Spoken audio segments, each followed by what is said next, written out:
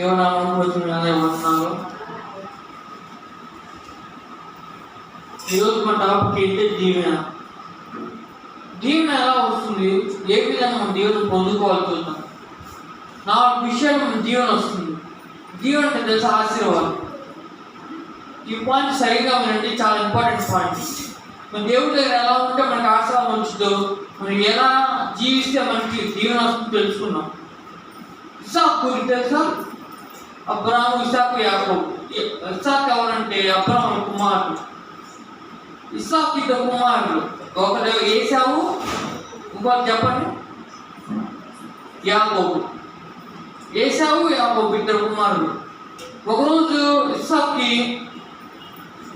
ఏశావుని పిలిచి రుచిగల భోజనం తెస్తే నేను నేను ఆశ్రయిస్తా అంటాడు.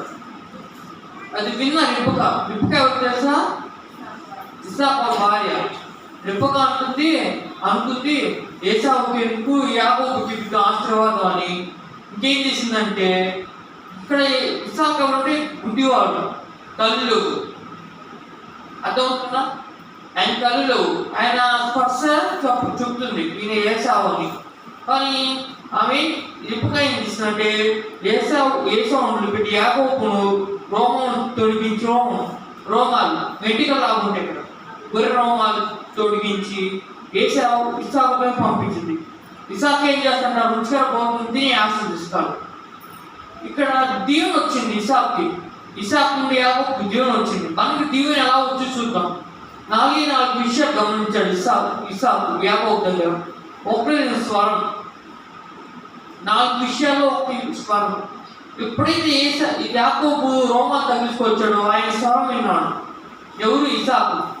స్వరం విని ఇది ఏశావే అన్నాడు. మనం కూడా ఇలానే ఉండాలి. మన స్వరం మనం ఎలా ఎవరు మాట వింటాం, మనం ఎలా ఉంటాను తెలుసుకోవాలి. స్వరం ఎవరి స్వరాన్ని వెంబడిస్తాం మనం తెలుసుకోవాలి. మనం ఇలా 2 స్వరాలు వినపడతాయి మనకి. ఒకటి అపవాది స్వరం, ఇంకోటి దేవుడి స్వరం. మనం ఎవరి స్వరం వింటున్నాం? అపవాది స్వరం వింటున్నావా, దేవుడి స్వరం వింటున్నాం? ఇక స్వరం విని ఇస్సాకు యాకోబును దీవించాడు. మన దేవుడు దీవించాలంటే మనం కూడా ఒక స్వరం వినాలి. యేసు, హల్లెలూయా. యేసు స్వరం వింటే మనకి ఆశీర్వాదం వస్తుంది. యేసు స్వరం వింటే మనకు దీవెన వస్తుంది. మనం ఎవరి స్వరం వినాలి? దేవుడి స్వరం వినాలి. రెండోది ఏంటంటే దేహాన్ని ముట్టుకున్నాడు. ఎవరు? ఇస్సాకు. దేహాన్ని ముట్టుకుంటే రోమం వచ్చాడు కదా, ఏశావుకు రోమాలు ఉంటాయి ఇక్కడ చేతికి. అదేవిధంగా యాకోబు రోమాలు తగిలించుకున్నాడు. రోమాలు తగిలించుకొని ఇస్సాకు దగ్గరికి వెళ్తాడు. ఇస్సాకు రోమాలు చెక్ చేస్తాడు. అప్పుడు ఏమనుకుంటే ఏశావే వచ్చాడనుకుని దీవిస్తాడు. అదేవిధంగా మోసం చేసినట్టు యాకోబు కదా. మన దేవుడిని మోసం చేయడం. మన దేవుడు ఆలయం. మనం ఎలా జీవిస్తున్నాం, ఎలా ఉండాలో ఈ దేహం గురించి చెప్పవచ్చు. ఎప్పుడైతే దేవుడు మన దేహం చూస్తాడో మనం సరిగ్గా ఉంటే ఆశీర్వదిస్తాడు. దేవుడి ఆలయం. ఈ లోక పాపాలు చేయకండి. దేవుడి ఆలయం మన దేహం.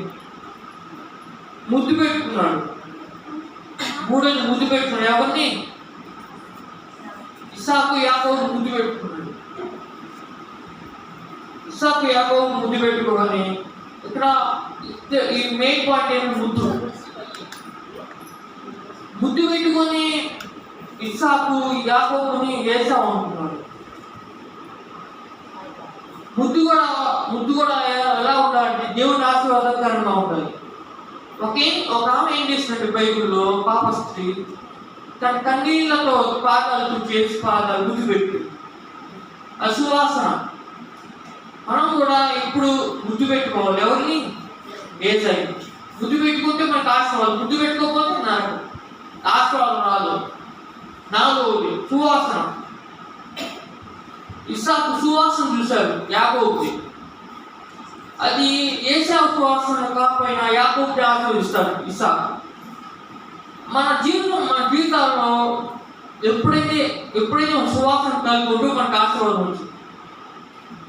మన ఆశీర్వాదం సువాసన కలిగి ఉండాలి. మన ఆత్మీయ జీవితం మనం ఎప్పుడున్నా దేవుడు సాక్షిగా ఉండాలి. సువాసన కూడా కనిపెట్టాడు యాకోబుకి దేవుడు ఇస్సాకు.